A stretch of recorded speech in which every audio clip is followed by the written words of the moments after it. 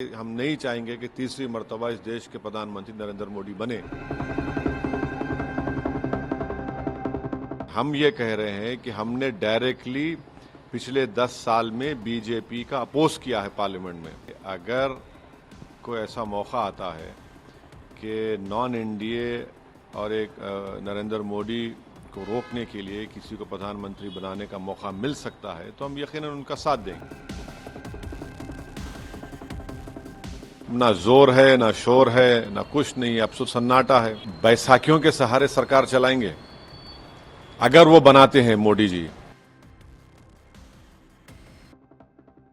जो कह रहे थे कि जो फुला भक्त होगा वही दिल्ली में राज करेगा, अब किसके भक्त बनेंगे ये?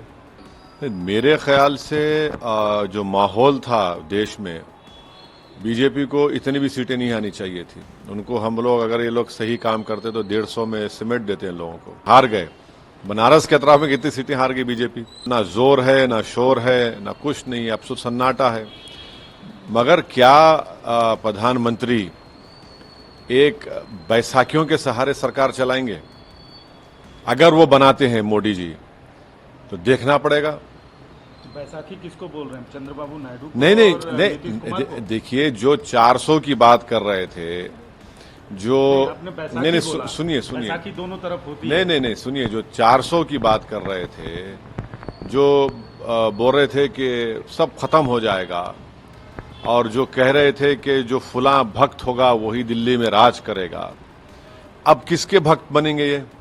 मगर मैंने चुनाव के दौरान ही इस बात को कह दिया था कि अगर कोई ऐसा मौका आता है कि नॉन एनडीए और एक नरेंद्र मोदी को रोकने के लिए किसी को प्रधानमंत्री बनाने का मौका मिल सकता है तो हम यकीनन उनका साथ देंगे, क्योंकि ये फैसला मुल्क के और संविधान के मफाद में होगा। हम ये कह रहे हैं कि हमने डायरेक्टली पिछले 10 साल में बीजेपी का अपोज किया है पार्लियामेंट में, चाहे CAA का कानून हो, UAPA का अमेंडमेंट हो, ट्रिपल तलाक का बिल हो, राइट टू इंफॉर्मेशन का अमेंडमेंट हो, कई जगह पर हमने अपोज किया है उसको। तो इन लोगों को रोकने, मगर हम नहीं चाहेंगे कि, हमने पब्लिकली इस बात को कहा है कि हम नहीं चाहेंगे कि तीसरी मर्तबा इस देश के प्रधानमंत्री नरेंद्र मोदी बने, क्योंकि वो 10 साल में बिल्कुल नाकाम साबित हुए हैं।